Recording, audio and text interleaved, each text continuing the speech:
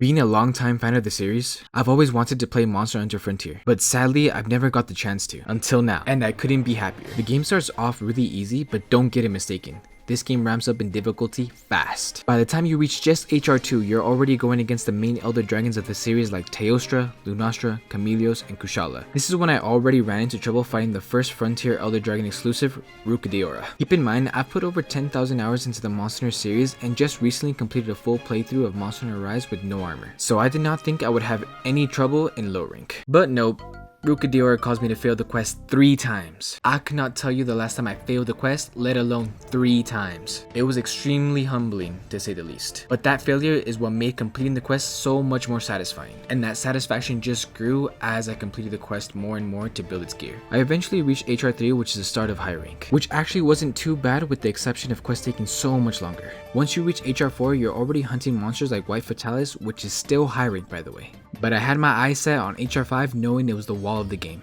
Fuck HR5, White Hypnoc, White Espinas, Dora, Beru were all beating my ass. I seriously could not complete a single of these quests to progress out of HR4. If it weren't for the awesome community and the players that still play this game who carried me out, I legit might have quit. This is also the moment I learned Evasion plus 2 is a required skill at least until you reach G rank. But now hitting HR5, reaching the Go rank, which is a tier between high rank and G rank. You unlock new hunter styles for every weapon, making the game much more bearable, not being restricted by that very old school Monster Hunter 2 moveset. You also get access to exotic monsters, which are essentially 3rd gen and 4th gen monsters. But even Gormagala was completely revamped, and this was not the fight I recognized from those games. Gormagala has an insanely loud roar, Nargacuga goes Super Saiyan Blue, Seregios blows up the map, and Deviljho is just Deviljho.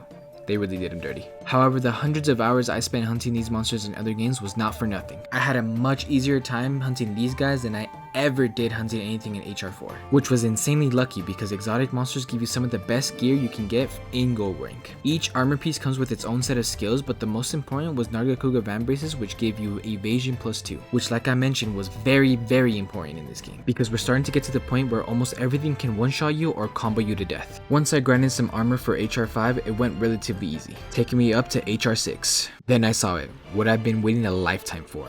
My chance to finally hunt down the unknown wyvern. I wasted no time and jumped right into it. This fight did not disappoint either. It was so fucking cool. It only took one attempt, but slaying this beast was like completing a childhood dream for me. Little did I know that was going to be the easiest quest I would do at this rank. Because holy moly, Teostra at HR6 does not play. And Daru was back yet again. So for all you chatter saying HR5 was the wall of the game, you're all liars. I'm here to tell you that HR4 and HR6 is where it really gets messed up. But I'm just kidding, I love my chatters because they let me know about Hawkpots, which reduce damage by 70%. Bless the Frontier devs because I don't think I ever would have made it to G rank without it. In typical Monster Hunter fashion, G rank is literally the beginning of the game. You're given instant access to any quest from G1 to G7 with no restrictions. 3 brand new weapons exclusive to the game, the Magnet Spike, Tonfas, and Switch XF, which was my personal favorite. But the best addition is access to the Extreme Style, which gives you the ability to run with your weapon out and a bunch of new moves with every weapon. This is when Frontier gets extremely fun. You're no longer at a disadvantage against the monster because your new weapons all have some sort of counter or evade, if not both. You're also given access to conquest quests like this Black Fatalis with blue flames and Disu Feora, which was actually the first monster I fought in G rank.